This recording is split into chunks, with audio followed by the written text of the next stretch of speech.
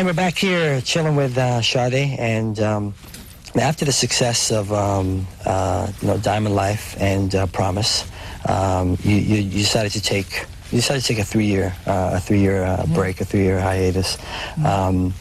And I guess the one thing is, I mean, so many things surrounded that. You heard rumors here, and one thing you really managed to maintain was your privacy. And being such a public figure, I always wondered how you managed to really maintain that. Well, I just went back to my life each time and kind of pretended nothing had happened. And in my world, my friends and the people in my life, I'm the same. I go back and I come back off the road or whatever, and it's Sade, just as she was before, probably tired and thin.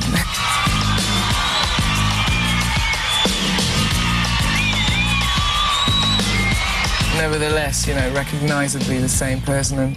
And so, because I live my life, pretty much as I always have, then I avoid, the sort of celebrity places, and, I avoid the places where I'm going to be known and expected to be, and just live my life. And, that's how I manage, really, to maintain a certain amount of privacy. And I think a lot of artists would like to do the same thing. I mean, because I think, obviously, being in the industry, it is such a machine. It's album promotion. Yeah, it kind of eats you up. It can eat you up, really. I think it can eat you up, and I think you can easily get to the point where you don't know where you are or what you're doing or why you're doing it.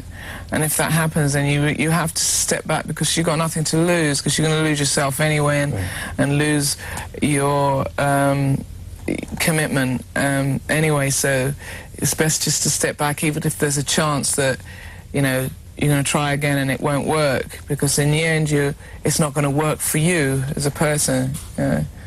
And it's hard to make a choice like that, but in the end you can't lose out if you do it your way and play it your way, because if you do lose, at least you lose at your game rather than losing at somebody else's game, So at this point, what are the record executives doing? Like when you're taking that break? Sade, hello? They gave up in the end, And it's like, you can't push somebody to do something if they feel they can't do it at that moment. And I think that I think they're amazed even now, I think they can't really believe that there is a record there now, it's more that they're amazed that we did it. Right. And then in '88, you definitely hit us with the Stronger Than Pride, and with that was the first time that North America really got to see you live and touring. What was that experience for you, actually, to take the music, to the people?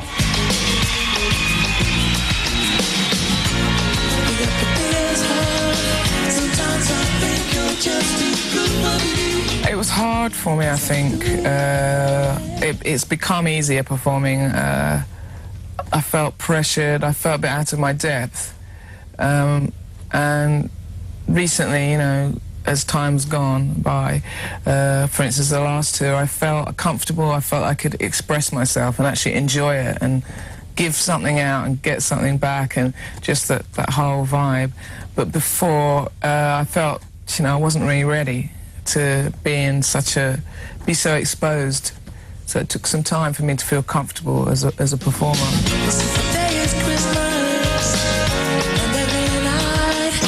Well, with that record, you worked with I think is one of the really great vocalists, Leroy Osborne. Yeah, Leroy. That brother can sing. Yeah, he sings got like a great, bird. and your voices complement each other so well. How did you guys actually hook up? The first time I saw Leroy singing was, I saw him one time at Ronnie Scott's performing. It's a jazz club in London, and then I worked on this project. I wrote a song with somebody called Simon Booth from Working Week for a film called Absolute Beginners, and I performed the song in the film, and he performed a song for that film as well. And when we went down to the studio to lay down the track, our backing tracks, each person, he was there, and I remembered him from you know, seeing him performing, and so that was my first introduction really to Leroy.